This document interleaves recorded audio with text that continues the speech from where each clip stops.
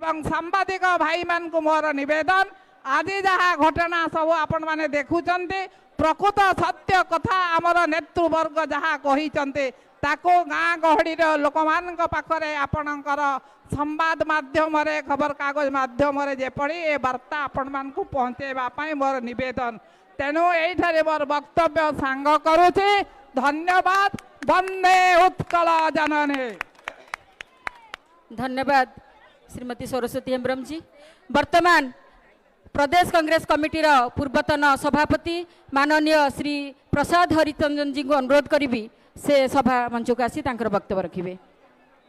श्री प्रसाद हरिचंदन जी। हाँ मु अनुरोध करी संक्षेप